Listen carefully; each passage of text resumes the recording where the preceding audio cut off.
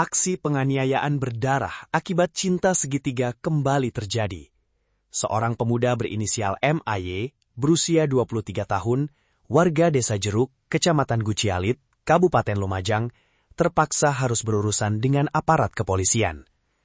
Pemuda ini diringkus oleh personel Polsek Lumajang Kota setelah nekat membacok seorang pria berinisial R menggunakan pedang samurai. Peristiwa tragis ini terjadi di kawasan Jalan Pierre Tendean, Kelurahan Tompokasan, Kecamatan Lumajang, pada Rabu malam 15 Juli 2026. Kapolsek Lumajang Kota, Ibtu Zainul Abidin, mengungkapkan bahwa motif dibalik aksi nekat pelaku didasari oleh rasa cemburu yang mendalam. Pelaku MAY merasa korban kerap kali mengganggu dan mendekati wanita berinisial N, yang diakui pelaku sebagai tunangannya.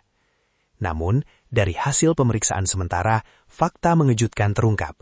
Wanita berinisial N ternyata menjalin hubungan asmara dengan kedua belah pihak, di mana korban R juga mengaku bahwa N adalah kekasihnya. Kronologi kejadian bermula pada Rabu malam sekitar pukul 20.30 WIB. Saat itu, korban R menemui N untuk latihan tari karnaval di Desa Boreng. Usai latihan, sekitar pukul 20 WIB, korban membonceng N menuju sebuah rumah kos di wilayah Sukodono. Tak lama kemudian, pelaku datang untuk menjemput N. Korban yang sempat kehilangan jejak akhirnya berhasil menemukan keberadaan pelaku dan N di sebuah warung makan di Jalan Pierre Tendean. Disinilah cekcok mulut yang hebat mulai pecah. Situasi kian memanas saat pelaku mengambil sebilah parang pendek dari tempat kerjanya, membuat korban sempat melarikan diri. Berniat menyelesaikan masalah secara baik-baik, korban kembali dan menghentikan motor pelaku di depan warung.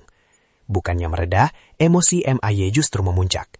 Ia kembali masuk dan mengambil pedang samurai, hingga memegang 2 senjata tajam sekaligus. Melihat hal itu, korban yang ketakutan langsung mencoba kabur dengan sepeda motornya. Secara brutal, pelaku melempar kedua senjata tajam tersebut dari jarak 2 meter.